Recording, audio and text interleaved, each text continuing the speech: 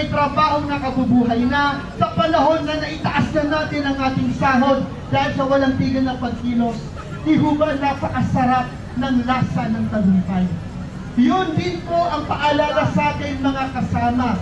Ang pagmarcha natin ngayong araw ay simula lamang ng napakahabang proseso ng pangangalampag.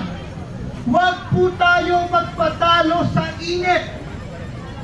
Tapatan po natin ng init ng panahon ngayon, ng init ng damdamin natin, ng damdamin na hindi tatanggapin na babuyin ang ating demokrasya, na gaskasan ang ating konstitusyon, na bastusin ang rule of law na pinaglaban ng marami sa atin. Nandito po tayo ngayon. Muling kahapon, nandun tayo sa isang araw. Nandun po tayo sa mababang kapulungan para bantayan ang impeachment. Ngayon, nandito po tayo sa Senado dahil alam natin hindi na naman tapos ang ating trabaho. Sa katotohanan lang, mga kasama, mas gusto kong pumunta ng Kongreso, mas gusto kong nasa Senado na nasa labas na nasa lansangan kasama kayo. Di ba rin ako maingat? Bakit? Kasi dito, hindi ko kailangan magsinungaling, hindi ko kailangan maging plastic, hindi ko kailangan tawagin honorable ang mga dishonorable. Hindi ko kailangan lokohin ang sarili ko, makipagkamayan at bumiti sa mga taong sa ngalan ng kapangyarihan, ibinenta na ang kaluluwa. Kaya, nandito po ang mga mamamayan para magsilbing konsensya ng mga nasa kapangyarihan. Kung hindi nila kayang lagpasan ang kanilang padiling tao, kung si Bato ay tao lamang, kung si Cayetano ay tao lamang, nandito ang taong bayan para ipaalala sa kanila na kayo ay nanilbihan para sa sambayan. Kaya nandito po tayo, hindi po tayo titigil, no? At tayo po ay hihingi ng accountability. Nakaka-insulto lalo na ang pinakita ni Bato de la Rosa. Saan ka nakakita ng isang manggagawa na 6 na buwang nag-awol, sumasahod pa rin? Saan ka, hindi man siya sumasahod, tulad ng sinasabi niya, sige, pero saan ka nakakita ng manggagawa na 6 na buwan hindi nagpakita, pagpasok sa Senado parang business as usual? Siya pa ang galit nung tinatanong siya bakit saan siya nagtago at bakit siya nagtatago. Kung ordinaryong manggagawa yon, tanggal ka na sa trabaho. Problema mo na saan ka kukuha ng pangmatrikula, pambili ng bigas. Kung ikaw ay mga kasama nating kapulisan, ginawa ng dati ng hepe, hindi na po kayo pag-reportin. Sigurado po ako. Pero bakit kayang gawin ni Bato de la Rosa yun? Bakit kayang gawin ng mga senador natin na mag-meeting ng ganyang kabilis para sa kanilang sariling interes, pero para sa sahod, para sa mga magsasaka, para sa krisis na hanggang ngayon ramdam pa rin natin sa petrolyo, bakit kaya nila mag-antay at kumukuha ng PRM? Nakakahiya, mga walang hiya, kaya po wag po tayong magpapatalo sa init. Kailangan po natin pilitin ang mga kongresista, ang mga senador natin na gawin ang kanilang trabaho. Dahil sa panahon kung saan nagkukulang ang liderato sa kasaysayan, tungkulin ng sambayanan na siya mismo tumayo at magbigay ng political leadership sa mga leader natin na nag-lider-lideran. Trabaho ng sambayanan na magpahiram ng lakas ng loob sa mga senador na natatakbuhan ang NBI sa harapin ang mga legitimong reklamo at kahilingan. Kaya patuloy po tayo, wala pong uuwi at magkikita-kita po tayo sa lansangan hanggat kailangan ipakita ang lakas at bagsik ng taong bayan. Mabuhay po tayong lahat at mabuhay ang mga manggagawa na nandito ngayon kahit na napakahirap makipagsapalaran at napakahirap isakripisyo ang isang araw ng pagtatrabaho. Ayan, maraming salamat po.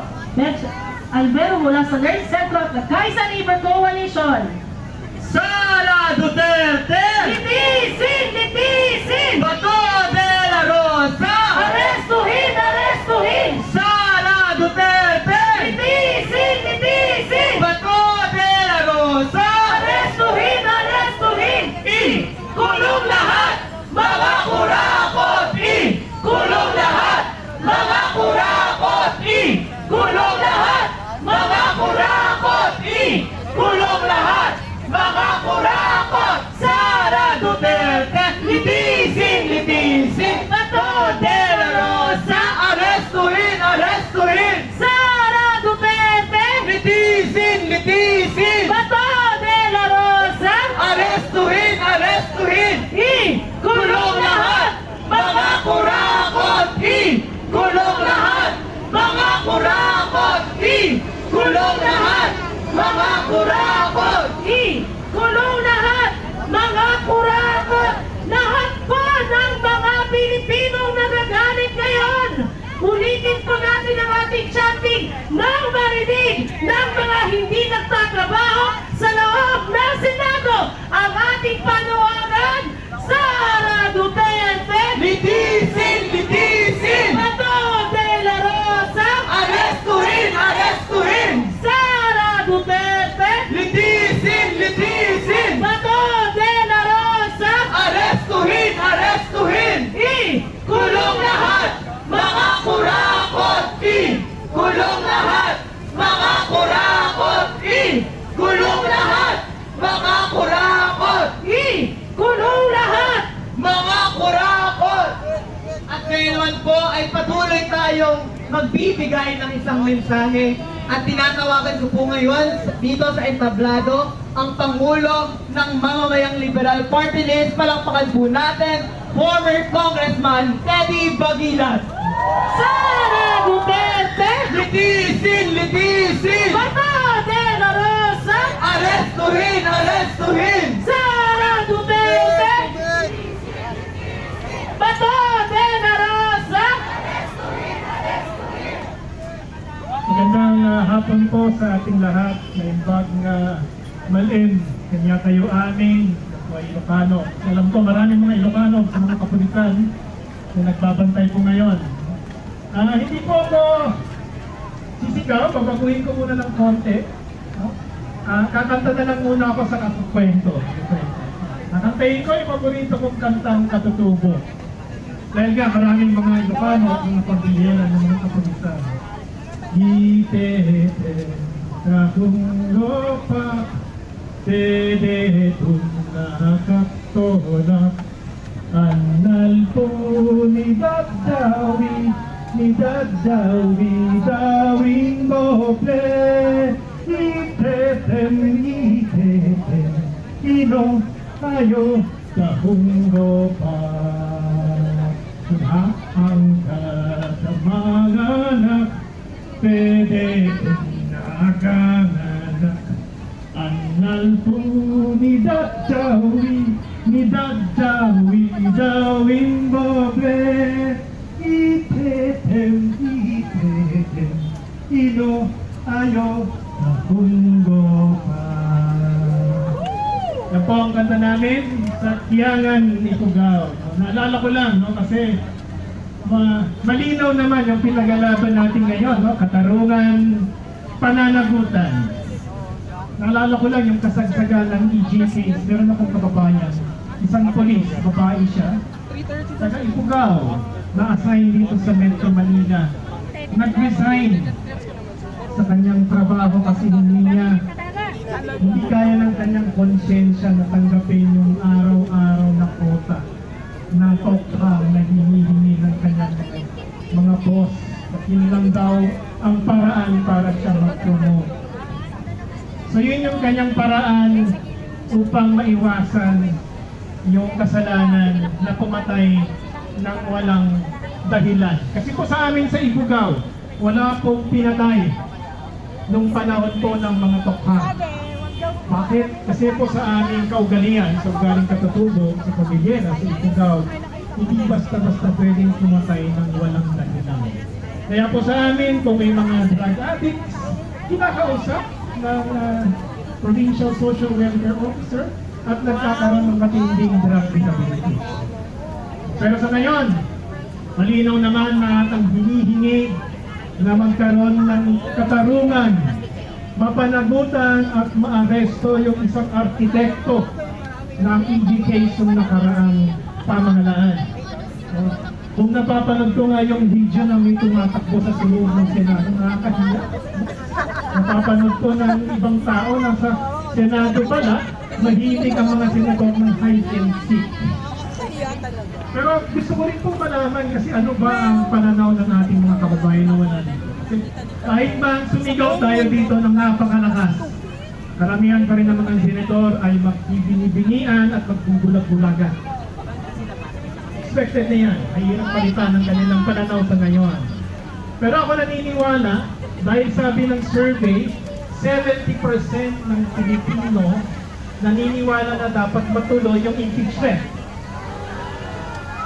So kung mahina tayo sa loob ng Senado, pero sa Court of Public Opinion, karamihan ng mga Pilipino nananawagan ng pananagutan. Kaya po, last week, 2 weeks ago, nasa Aklan ako, may kausap ako isang katutubo, isang ati.